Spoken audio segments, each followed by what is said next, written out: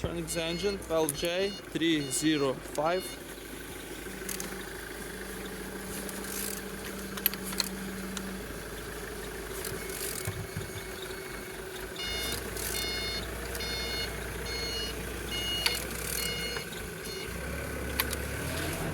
Turning good, and the front engines looks good as you can see.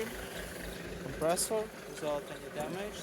Same as well like altimeter in good conditions. And on this side, everything's good. Starter not broken as you can see. Looks well on the gearbox. You don't see any damage. Same as well like on this side. Engine still looking nice. On the top, all connectors looks good, no broken. And on the bottom, sound without any cracks, no leaks. And turning your engine, 12J305.